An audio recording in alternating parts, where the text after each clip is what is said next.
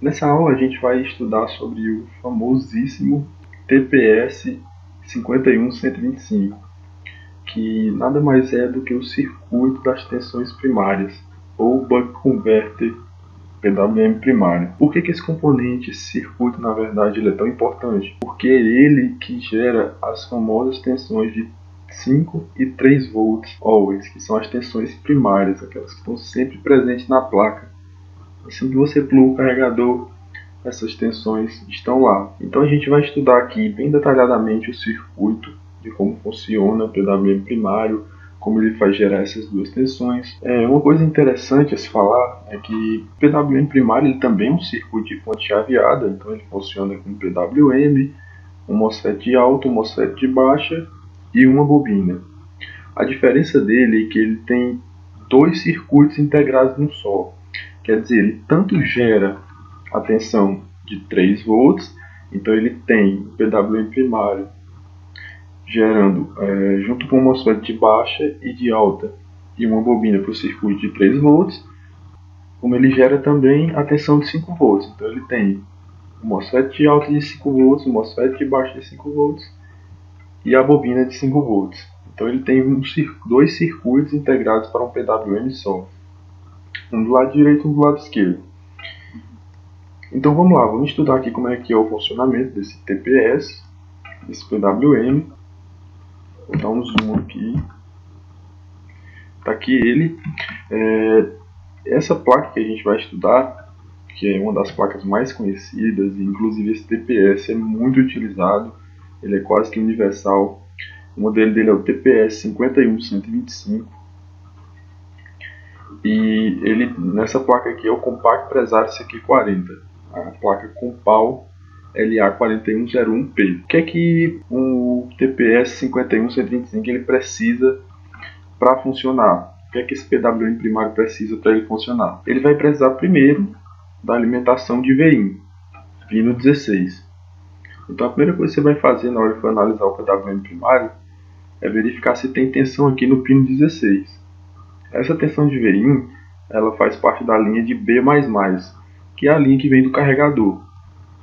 Então, o PWM primário ele é o único PWM que recebe a alimentação de 19 volts, a alimentação do carregador diretamente nele. Então, como você pode perceber, ele é a raiz, é ele que gera as fontes que vão alimentar todas as outras, os outros circuitos, todas as outras fontes chaveadas da placa. Então, ele recebe aqui 19 volts no terminal 16 VIN. Depois disso, ele recebe uma habilitação, uma tensão aqui no terminal 13, enable quer dizer habilitação, VIN é voltagem input, que é voltagem de entrada. Então, depois que ele recebeu o VIN, recebeu a habilitação em enable 3 volts, ele vai liberar as tensões dos reguladores internos do PWM. Que tensões são essas? VREG3 e VREG5. Essas duas tensões são as tensões dos reguladores internos, que a gente chama. Porque essas tensões elas são 3 e 5 volts, mas não são as tensões de alta potência aqui das bobinas ainda. Tensão de 5 e tensão de 3 volts, elas não são essas ainda. São tensões que os reguladores liberam para poder dar sequência no funcionamento e alimentar algumas outras partes da placa, como por exemplo BIOS, Super I/O e etc. Então, o PWM ele foi alimentado aqui em VIN, recebeu a habilitação no terminal 13 Enable, ele vai liberar VREG 3 volts, terminal 8, como dá para ver aqui, ó. mais 3 VLP. Depois disso ele vai liberar VREG5, terminal 17, que leva o nome de VL. Os VREG5 é 5 volts, então nessa linha aqui vai ter 5 volts. Como dá para perceber aqui embaixo, ó. Se você vier um pouco mais abaixo aqui, ele vai ter informações sobre essas duas linhas. VL mais 3 VLP vão se transformar, vão passar aqui por um jumper. VL passa por um jumper, que é a VREG5, e depois desse jumper vira mais 5 VL e alimenta outras partes da placa-mãe. Da mesma forma, mais 3 VLP. Ela passa aqui por esse jumper e vira mais 3 VL. Por que é necessário esse jumper aqui? Muitos engenheiros eles colocam a carga separada da fonte. O que seria isso? É como se fosse duas tensões diferentes, mas uma só. Por quê? Vamos supor que você tem um curto lá no Super I/O, que vai ser alimentado aqui por esse mais 3VL. E você está desconfiado porque muitas vezes o Super I/O ele entra em curto, ele mata toda a linha de 3 volts. Essa linha aqui que ele está sendo alimentado. E pode ser que outro componente na linha aqueça, como por exemplo o próprio PWM. Ele pode aquecer, e não o Super I/O em si. Então, para você tirar essa dúvida aí, você vai ter que, por exemplo, remover esse jumper aqui e ver se a tensão de mais 3 VLP aqui do lado do PWM ele volta a aparecer. E se ele voltar a aparecer, então você sabe que tem um curto aqui na linha de mais 3 VLP para frente, em diante, que vai alimentar o restante da placa. E não a que está alimentando aqui, está nascendo no PWM, que é essa tensão aqui de mais 3 VL. Pronto, PWM foi alimentado em VIN, foi habilitado no terminal 13, nasceu as VREGs, VREG 3 e VREG 5, que são os reguladores internos do PWM primário. Ele vai liberar também uma tensão importantíssima chamada VREF. VREF quer dizer voltagem referência. É uma tensão de referência do PWM que ele iniciou seu funcionamento e que ele está indo bem, está funcionando, que ele está funcionando direito. Então, uma dica interessante aqui, que no próprio nome da tensão, ele dá qual tensão você vai ter lá, nesse pino. 2 volts referência. Então, você precisa ter 2 volts aqui nessa linha para ela estar funcionando ok. Então, é basicamente isso que você vai medir. Vamos supor que você mede ali a placa-mãe. Vou dar um exemplo aqui de defeito já. Você vai na placa-mãe, mede a bobina primária de 5 volts e não encontra a tensão. Ou então você mede a bobina primária de 3 volts e não encontra a tensão dela. Então você vai analisar aqui o circuito. Você precisa entender por que é que não está nascendo essa tensão no circuito PWM primário. Então tu vem aqui e vê se está sendo alimentado o PWM. Ok, está sendo alimentado.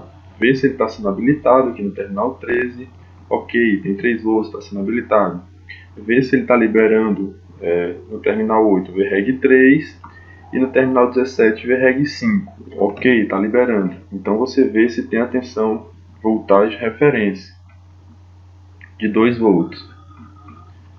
Teve essa tensão, então o PWM ele está funcionando, ele está ok. Basicamente, ele está em seu plano de funcionamento. Porque todos os outros terminais aqui que tem nele são terminais que não são tão importantes quanto esses que foram descritos, porque um PWM ele tem alguns terminais que dão mais problemas do que outros, que são mais importantes do que outros. Então você não precisa sair medindo. É claro, você vai aprender e deve aprender sobre todos esses terminais aqui. Você vai baixar o datasheet do componente, você vai na internet, digita TPS 51125 datasheet, e lá você vai ter informação em inglês, você pode traduzir, sobre cada um dos terminais e como é o funcionamento dele.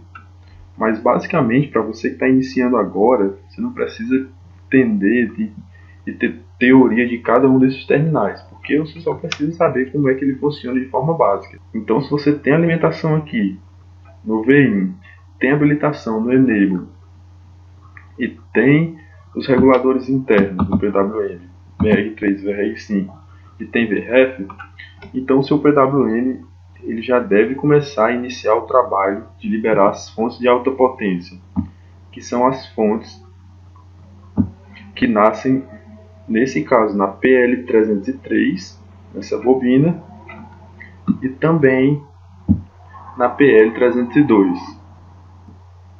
Um outro detalhe aqui importante, que são dois terminais que esse PWM aqui tem, mas nem todos os primários vão possuir, são as entrips. Porque esse PWM primário aqui, dessa fonte, ele tem duas entrips, que são dois terminais que precisam estar abertos. Não é ter tensão. Tem muito técnico que ele pensa, eu vou medir aqui se tem 3 volts na entrip, se não tiver é porque não está funcionando. E não é assim. As entrips, é importante você anotar isso, elas são terminais que precisam estar em aberto. Elas não podem estar em contato com terra para funcionar. Elas só basta estar em aberto.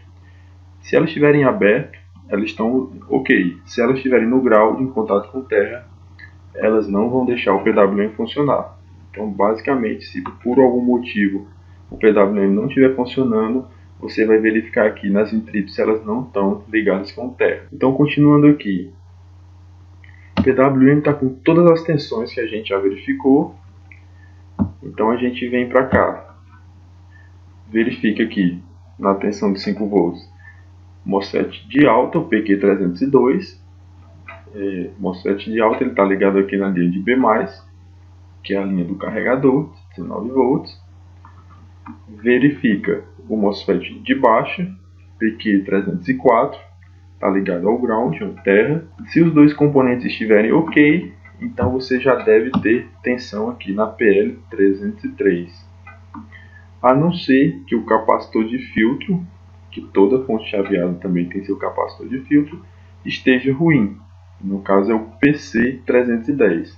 Em último caso, se você verificou as tensões aqui do TPS, do PWM primário, estão ok, testou o PQ302, MOSFET de alta, está ok, testou o PQ304, MOSFET de baixa, está ok, testou o capacitor PC310, está ok, então você vai ter a sua fonte de 5 volts aqui na PL303. No caso da fonte de 3 volts, é a mesma coisa. A única diferença é que eu vou ter o MOSFET de alta e o MOSFET de baixa no mesmo encapsulamento. Isso nesse exemplo aqui, nesse esquema, o engenheiro preferiu colocar os dois MOSFETs em um componente só. Percebam que eles têm dois drenos, dreno 1 e dreno 2, tem dois source 1 e source 2, dois gates, gate 1 e gate 2, como se fossem dois componentes. Então ele vai ter que gerar a tensão aqui na PL302, em conjunto com o PWM. Então você vai verificar, tem todas as tensões aqui no PWM, verifica se o PQ301, que é um MOSFET duplo, se ele está funcionando. Se ele estiver ok, e o PC309, que é o capacitor de filtro aqui da fonte de 3 volts, estiver ok também, então vai nascer a tensão aqui de alta potência de 3 volts always. Essa sigla ALWP quer dizer always, quer dizer que essa tensão ela está sempre presente. Sempre que você plugar o carregador, ela vai estar presente. Perceba que na tensão de 5 também tem a mesma coisa. Ela vai estar sempre presente na placa.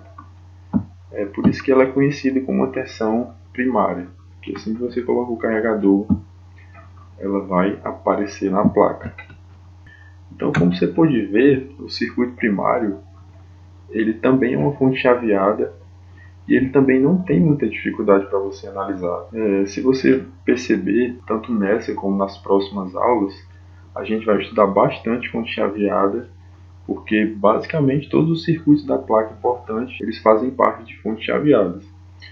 Seja ele o circuito de charge, o circuito do Buck Converter do PWM primário, que é esse que a gente está estudando, o circuito do VCore, que é o do processador, o circuito do chipset, que é o VGA, e o circuito da memória. Todos esses têm essa mesma estrutura. A diferença é que os terminais do PWM de cada um deles, eles mudam um pouco o nome, mas conforme você vai lendo os esquemas elétricos, vai estudando os modelos de TPS, de PWMs, então você vai entendendo e vai ficando muito simples você resolver os problemas que vão aparecendo. Então eu aconselho que você abra aí um ou outro esquema elétrico, vá estudando sobre o PWM primário, vá vendo os datasheets dele e estude bastante, veja outros esquemas também, faça análises que você logo vai estar lendo aí com muita facilidade.